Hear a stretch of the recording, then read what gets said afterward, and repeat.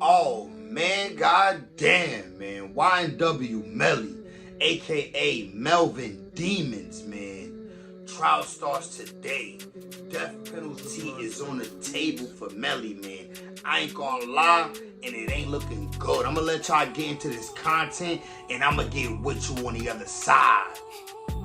Pictures, you're going to see videos of the defendant doing something called stacking, which is a way to show a gang affiliation and to broadcast it to the world. And this is not just in music videos. This is not just in lyrics, because we're not going to get into that. That's artistic expression. That's not why we are here today. We are here because the defendant murdered 2 individuals. So in summary, the last thing I want to tell you that the evidence will show is that in the Instagram, because the defendant had a moderate social media following at the time of these events, people are reaching out to him. Some fans, some friends, some associates. You'll see on October 26th, after about 8 a.m. in the morning, Eastern time, multiple messages are coming in. Messages are coming in from individuals checking to see if he's okay, if he's been injured in this drive-by. If it's true that Anthony Williams, who's also sometimes referred to as Sack, and Chris Thomas, who is referred to as Juvie, are really dead. One individual, and specifically, sends out, and I want to quote the message exactly that you will hear, and says, right after this, "Yo, homie, you good? Let me know something." And so, ladies and gentlemen, this is where context matters. What does that mean? If you work at Google and you say, "My whole floor is coding," that's a good thing. If you work at Broward General Hospital and you say, "My whole floor is coding," that is a bad thing. The context around the messages matters. So in the context of this message, this individual is reaching out, asking if Mr. Demons is good, after he's been tagged in multiple social media posts about this drive-through, this shooting. And Mr. Demons responds very succinctly, "I did that." Shh. Ladies and gentlemen, at the conclusion of the evidence, the state is confident that you will find the defendant guilty as charged of the first-degree murder of Christopher Thomas and Anthony Williams. Thank you.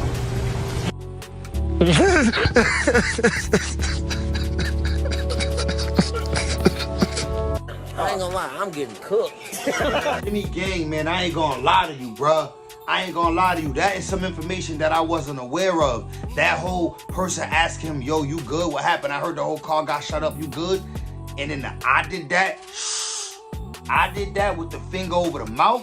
I ain't gonna lie, bro. You add that along with the ballistics saying that there was nobody shooting outside the car. At least not initially. The gunshots came from inside the car, and then it looked like somebody staged the shooting outside the car afterwards to make it look like a drive-by. Bro, so you put all that together, because you already was looking bad with the ballistics. Whenever ballistics and shit like that prove you guilty, motive, you don't want no motive or no admission of guilt. I ain't gonna lie to you, bro. So I ain't even gonna sit here and cap. That shit do sound crazy, man. That shit do sound crazy. Do hit different. You will see this data showing the defendant had the phone and was using it. So, ladies and gentlemen, one of the things that I have to prove is the defendant committed the crime. And to do that, the state intends to show the evidence that the phone was there at the murder scene, and there were no other phones there. There is no one else out there at 4 in the morning.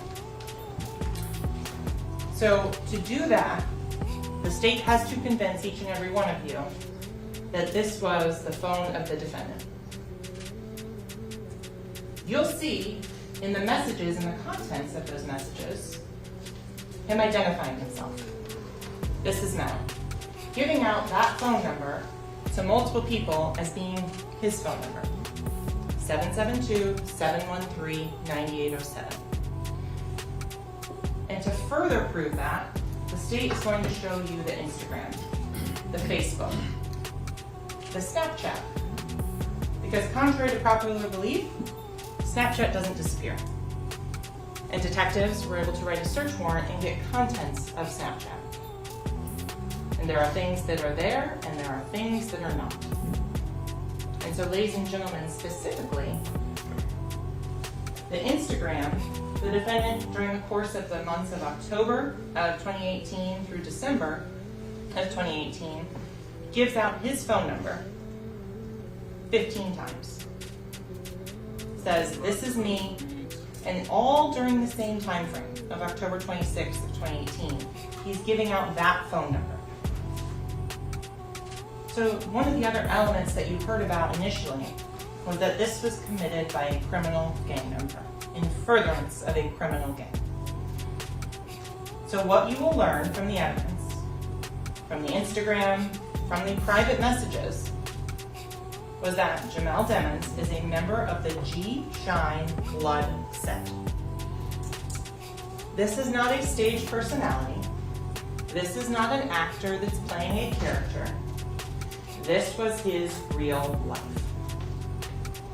Ladies and gentlemen, you will see that as soon as October 24th, 2 days before the homicide, Jamel Demons is learning the oath of loyalty to the G Shine Blood set.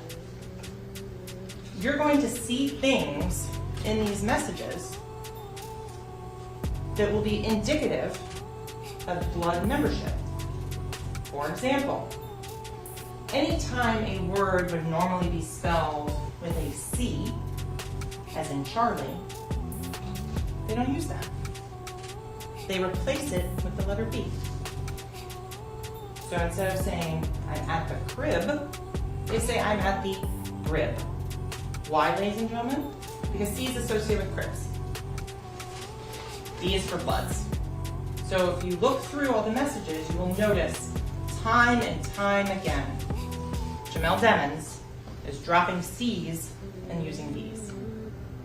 And you're going to see pictures, you're going to see videos of the defendant doing something called stacking, which is a way to show a gang affiliation and to broadcast it to the world.